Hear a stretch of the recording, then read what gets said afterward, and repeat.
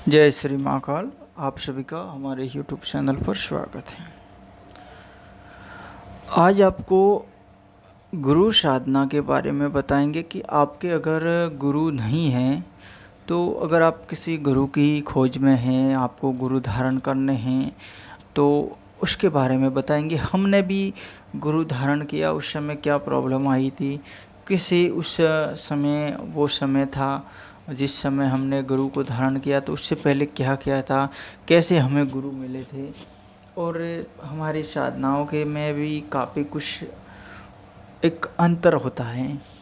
तो आज आपको वही बताएंगे कि अगर आप गुरु धारण करना चाहते हैं तो किस प्रकार से करें, या आपके गुरु नहीं है तो आप क्या करें, ये समझिएगा इस वीडियो में। आपसे निवेदन है, अभी तक आपने हमारे चैनल को सब्सक्राइब नहीं किया है तो कर दीजिएगा।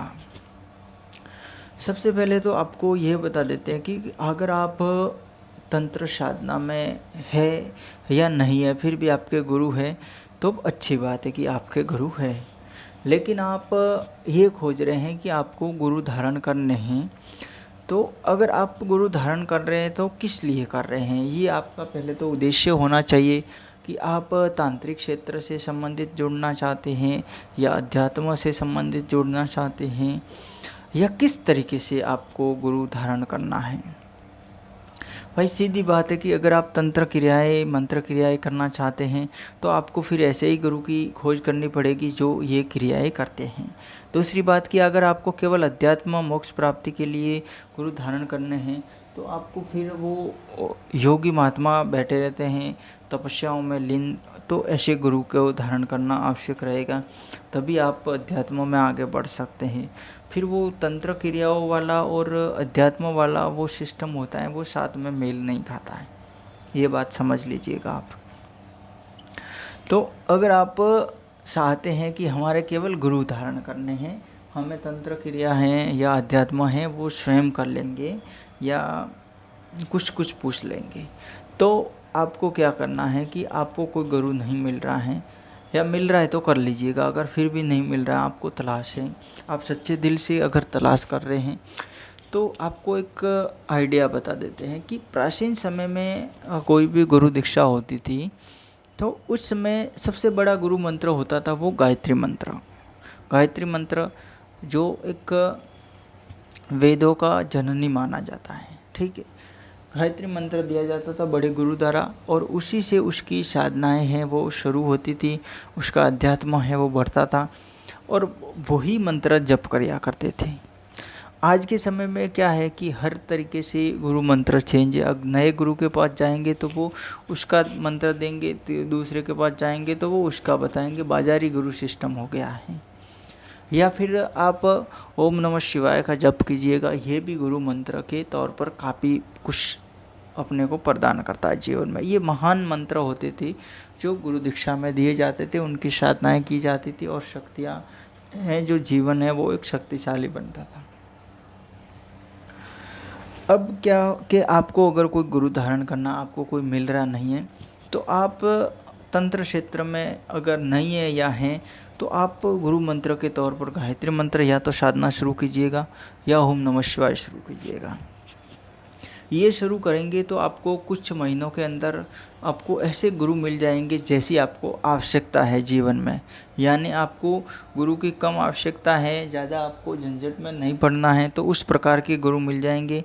और आप अगर तंत्र क्षेत्र से संबंधित क्रियाएं तो उस प्रकार जैसी आपकी इच्छा है उस प्रकार से गुरु मिल जाएंगे। हमारे जीवन में हमें भी गुरु की खोज में काफ़ी समय लगा था। हमें भी तंत्र क्रियाओं से संबंधित गुरु मिले थे और अध्यात्म भी उनके साथ में था, लेकिन हमारी साधनाओं का सफ़र था वो कुछ अलग तरीके का था। हमने भी जीवन में कई सारी साधनाएं की थी। जब हमें दृढ़ निश्चित हुआ था कि हमें भी गुरु धारण करना है, तो काफ़ी समय ऐसे बिताया, क्योंकि हर किसी को तो गुरु नहीं बना सकता कोई भी इंसान। आप कोई नया, जैसे आपको कोई महाराज मिले, कोई साधु मिले, कोई संत मिले, या कोई अघोरी, जो कोई भी मिला, और आप उसको डायरेक्टली तो तुरंत गुरु नहीं बना सकते। आपको कुछ दिन देखना पड़ेगा कि ये अपने स्वभाव के अनुसार कुछ हो सकता है या अपने अनुसार कुछ हो सकता है। तो इस प्रकार से अगर होगा तो जाके ही वो गुरु का आप उसको धारण करेंगे, तब जाके वो अच्छा रहेगा, डायरेक्टली नहीं कर सकते। हमने भी साधनाएं की थी, गायत्री साधनाएं, बहुत सारी साधना है जो गुरु से संबंधित होती हैं। तो फिर हमें भी एक नाथपंथी गुरु मिले। नाथपंथी गुरु होते हैं जो अध्यात्म में भी कार्य करते हैं, अध्यात्म का भी बताते हैं, और तंत्र क्रियाएं होती है, मंत्र क्रियाएं होती है, उसमें भी बताते हैं। लेकिन हमने वो गुरु धारण किए थे, हमने दूसरी कोई उनसे कोई शिक्षा नहीं ली थी, किसी भी प्रकार की कोई भी दूसरी शिक्षा दीक्षा नहीं ली थी कोई तांत्रिक क्रियाओं के बारे में। हमने जो साधनाएं की वो अलग तरीके से की थी। जो कोई पर्सनली मैटर होते हैं वो आपको नहीं बता सकता, कोई भी साधक है तो वो नहीं बताएगा। तो ये हमारा कुछ था गुरु धारण करने का। इसलिए आप भी अगर कोई गुरु धारण कर रहे हैं, आपको नहीं मिल रहे हैं, तो आप गायत्री साधना कीजिएगा, ओम नमः शिवाय साधना कीजिएगा। आप 2-3 महीने कीजिएगा, आपको गुरु भी मिल जाएंगे। और गुरु नहीं मिलेंगे तो भी आपको तंत्र क्रियाओं में आगे बढ़ने का अच्छा ख्याल एक आ जाएगा, अच्छा आइडिया मिलते रहेंगे उसमें। जैसे जैसे आप साधना करेंगे आपको उसमें आगे से आगे कुछ न कुछ मोटिवेशनल मिलता रहेगा। ये एक बहुत ही अच्छा प्रभाव रहता है इसमें कि साधना किए बिना तो कुछ भी हासिल नहीं होता। ये तो मैंने कई बार आपको कहा है कि कोई भी साधना तो आपको करनी पड़ेगी, मेहनत तो करनी पड़ेगी। आज की दुनिया क्या कहती है कि अगर कोई गुरु धारण किया तो उसको वो सब कुछ चाहिए जो दूसरे तांत्रिक के पास में है। ऐसा तो आपको कहीं नहीं मिलेगा। आज के समय में लोग कहते हैं कि भाई किसी तांत्रिक के पास गए, किसी से कुछ आपने कुछ किसी का प्रयोग किया तो वो सोचते हैं कि आपने ये धन का प्रयोग किया है तो मुझे कल तक इतने लाख मिलने चाहिए, अगर 6-7 दिन नहीं मिले तो क्या ये तो फेल है।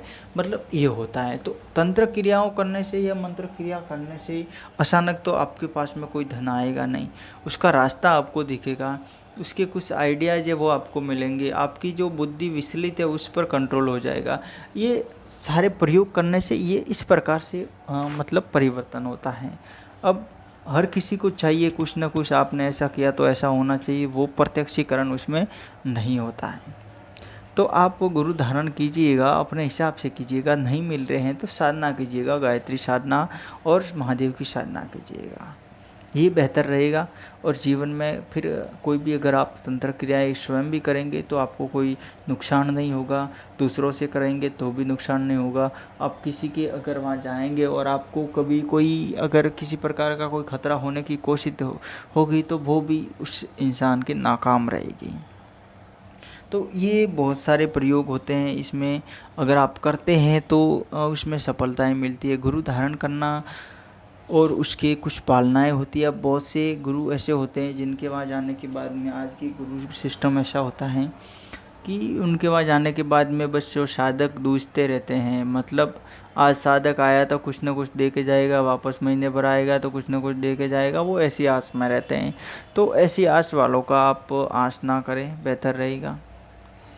जीवन को एक अध्यात्म की तौर मोड़िएगा, आपको हर तरीके का ज्ञान आ जाएगा। और वो ज्ञान तभी आएगा जब आप साधना करेंगे। साधना नहीं करेंगे तो आपको ज्ञान प्राप्ति नहीं होगी, ज्ञान प्राप्ति नहीं होगी तो आपका जो जीवन है अध्यात्म है वो नहीं बढ़ेगा। ये कुछ जो सामान्य बातचीत है जो मैंने आपको बता दी। आपको वीडियो अच्छा लगे लाइक शेयर और चैनल को सब्सक्राइब कीजिएगा। और भी साधनाओं के लिए हमारे वीडियो देखते रहिएगा। हर हर महादेव आप सभी को।